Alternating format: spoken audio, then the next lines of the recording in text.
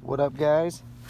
I am going to be installing this V52 turbo in my car. I just want to see how it works. Bought it off of eBay, so what I'm going to be doing is pulling that guy out right there. But this is like saturated with tons of oil and stuff, so I'm going to pull this intercooler off and get to that point. So pull these bolts, disconnect over there, get all that stuff off. I'll have the intercooler off and I'll be back. So this is what I wanted to show you. See the oil coming through. It's just saturated. Anyways, I'm going to pull the cover off, and you can loosen the clamp for the intake. Just going to loosen this, and then you got to remove this line, and so I'll get to that point. I'll take this off, loosen that, and show you what's next. We're going to be pulling that off. You got the two up top. You got a bolt here, and something in the back over here, down at the bottom. So you have like two more at the bottom, and then you got to pull the downpipe off. So we're gonna get the downpipe off. So you got the bolts up here that connect, and then there's gonna be, you got the bolts right there. That's for the downpipe. Then you do got to release these bolts to kind of drop down the exhaust, so you can actually get the downpipe off. So I'm going to go to that point, pulling the downpipe, loosening this back, and dropping this down to get that off. So I will be back. Okay, I got my downpipe out and the back piece. So didn't work out how I wanted.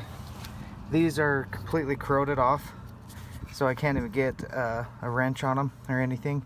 It's supposed to be a 14 millimeter, and I don't know if you can see, but it's completely corroded. So anyways, that didn't work, so I had to disconnect it from here and disconnect this one off, obviously, to get the downpipe off, and had to kind of pull it out. Anyways, so I got it off. So next thing is going to be turbo off. So you're gonna have the three bolts.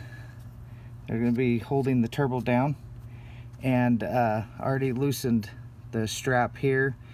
Then I'm gonna have this guy right here. That's where the coolant goes in, and then there's gonna be another one. Can't really see it, but anyways, it's down here somewhere.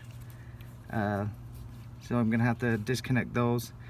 When I get to that point and get pulling the turbo out, I'll show you what it looks like with. Okay, I got the turbo out.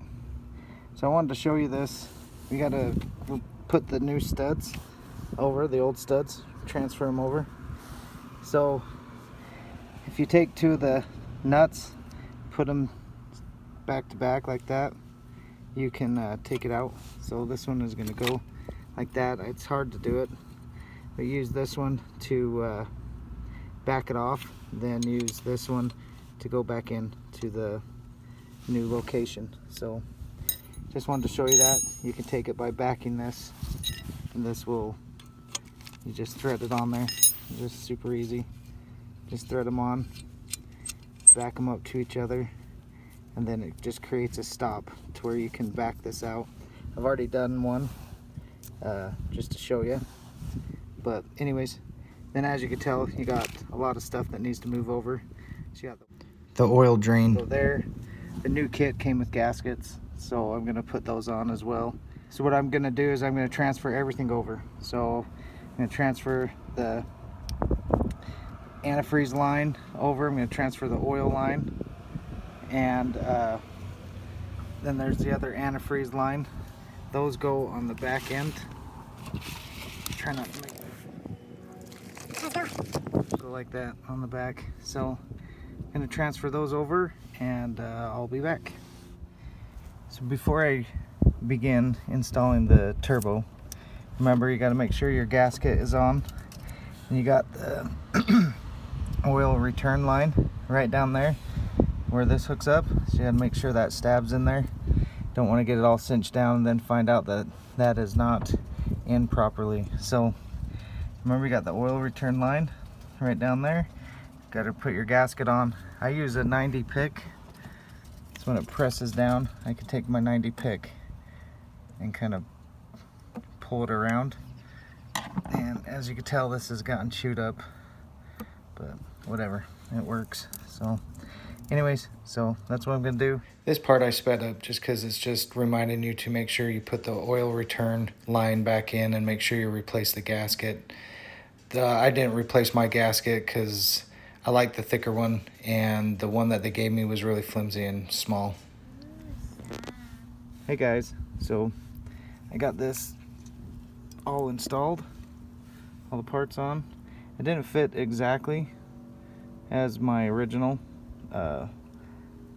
Like this piece wasn't hanging, so there's a little chunk that comes off of the inlet, but everything else for the most part lined up. So I have it all connected, new washers on, new O-rings. The studs gave me grief. I was able to get 2 of them on. This one I had to tap the hole, and but my piece got all damaged, so my stud got damaged. So I went and got a new bolt, and I'm just gonna thread it in and tighten it, and put a lock washer on, so it will hold on the back side. So it should work. Anyways, so now with that being done, I am going to install the turbo, and I will go to that part.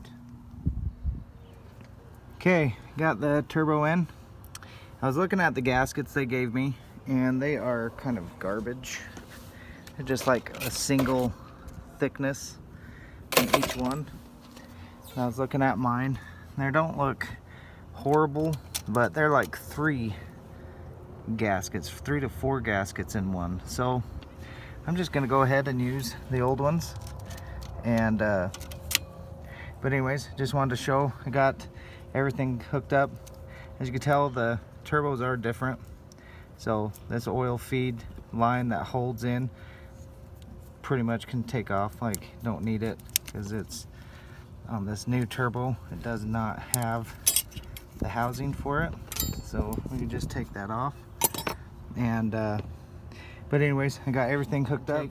Is on. I just need to tighten that strap up. I got this on. I put oil inside to kind of prime the system a little bit. Got the antifreeze line hooked up down here, hooked up here. So tightened this banjo bolt, tightened this oil feed, and then I tightened I put a hose clamp on for the oil return, and tightened the 3 bolts that house it. Then now I'm gonna go put the exhaust on. So I'm gonna just set the exhaust up in here and get the exhaust kind of set in place, and then I will be back from that point. Okay, I got the exhaust hooked up. So there's the one I tapped down here. So I just got the same bolt, and well, it's not the exact same, but said it was a high temp bolt. Bought it at O'Reilly's, and so I tapped this end and I just threaded it through. And so anyways, I got it all hooked up, got everything installed.